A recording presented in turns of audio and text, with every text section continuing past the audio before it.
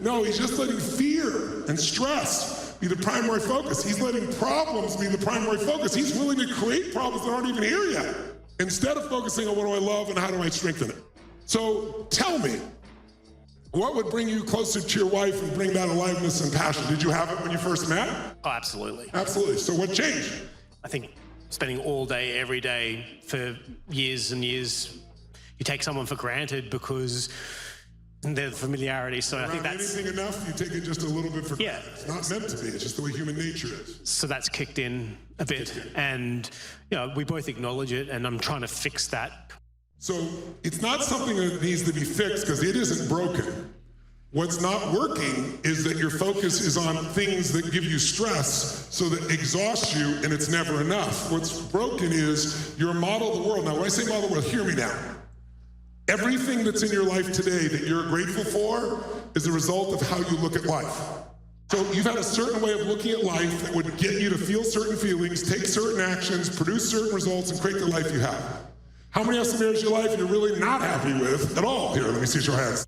Those are also a result of your model of the world, your beliefs, your values, your way of looking at life, the rules you have about how people should treat me, how I should treat them, how things should be. We all have them. But we've accumulated them over years. And some of our beliefs and values are in reaction to our environments we grew up in. If you grew up in an environment where your parents were overprotective and they try to control everything so you never get hurt, as an example. Very often when you get older, one of two things happens. You either model them and do the same thing, or you throw it out and go, that, I want freedom. You value freedom more than security. Some of you model the environment you're in, some of you rejected it and looked for its opposite or something different. So if you wanted to transform this relationship right now, not at the end of this week, what would need to change now? Tell me 3 things that if you changed them now, it would transform your relationship with your wife and bring back more aliveness and passion. Focusing on moments that created great joy in our life. Together, yes. Being physically intimate. Yes. And give me a hint. Okay. So clearly he's a guy, right? Let's take some moments and let's do it. Yeah. That'll make it work. Now, as a female energy, she may not have the same operating system. Maybe something romantic, so do something nice. Let me ask her. What's your name, my dear? Juliana. Juliana, tell me, do you want more intimate passion with your husband? Yes. Yes, you do. What's gotten in the way for you of having that?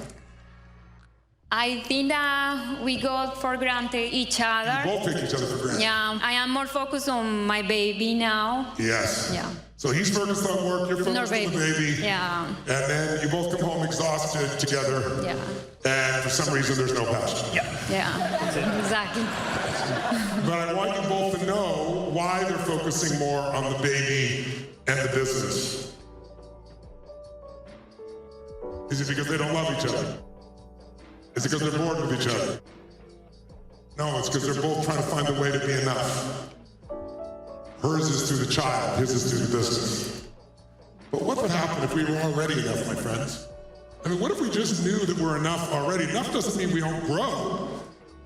Just that our spirit or soul was more than enough, or we wouldn't be together in the first place. What would happen if we remembered what we forgot? Which is how we looked at each other when we first met. What we dreamed of before we'd ever had that first kiss. What we prayed for, hoped for. But then along the way, there become habitual things like, well, then you get married and we have the big wedding and then gotta have the kid and then gotta get the business successful, and those are all beautiful things. But they're not as beautiful separate than they are together, are they? You're finding your complete sense of self by being a mother, and he's trying to find it by being successful, and thinks that somehow if the two of you pull this off and come together, then you'll have joy. And I know you have joy in moments, but not enough, because your model of the world is pushing you guys apart instead of locking down how to bring it together. But if you remember what it was like when you first looked at each other, do you? Yeah. Look at each other now the same way. There you go. Well, that happened fast. If you remember, what was it that you were attracted to in this man when you met him? Can you remember? What was it? blonde hair. Yeah. What else is attractive to She's blind, yeah. To his personality, and he always has been really caring about me. Yeah. So he has a beautiful personality, he's really caring, really loving. So you felt safe. Yeah. Yes. You knew he wouldn't hurt you. So you picked a man that was safe and wouldn't hurt you. Which is a beautiful thing. So many women do this. The only problem is that's not enough to have passion. Passion comes from opposite energies. And safety doesn't make you feel excited. Have you ever seen a couple that everything seems to be fine, they never argue or anything else, and like they seem to be so happy, and one of them starts picking fights just to get some variety in the relationship? I know you've never done this. How many have seen other couples? Right? See, safety is what she picked, and then what she got is a very safe man who's very loving, but that would not bring sparks.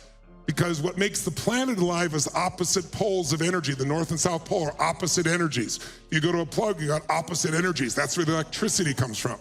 If it's the same, the energy drops out, and you can have a beautiful friendship, which is pretty much where you guys are. And there's nothing wrong with a great friendship. I think a great friendship is the base of any great relationship. But the aliveness you both want, you're getting from separate places, and that's not feeling as good.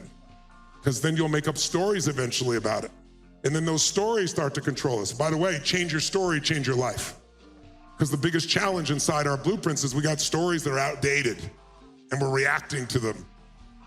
But what caused you to be attracted to this woman when you met her? What was the first thing you... Smoking hot. She's amazing. Hot. Yeah. Yes. Yeah. Is she still? Super hot, yeah. Super hot. Yeah. Like that. 100%. And what about her was hot? What about her pulled you towards her? Well, her energy is really beautiful as well. So where do we go from here? If we wanted to solve this right now, what would he need to do? What would you need to do? What I need to do? Answer. Yes, we need Give me the to. instructions, I will execute. We need to be more focused in the present, in the More moment. focused in the present. Yeah. Yes. No, in the future. We are more in the future. You're always in the future. Yeah. And he is too. Yeah. Yes. So you have to bring more moments. So how would you bring it to the present? It would be a new habit though, wouldn't it? He's focused on the future and he's using faith or fear. Which one? Fear, because, oh my God, what if this happens? And there's a reason, because he's trying to anticipate so those problems don't show up. But in doing it, he's lowering his energy. In doing it, he's producing stress. In doing it, he's making stress his focus instead of love his focus. So it's pretty hard for him. But she does the same. You think of the future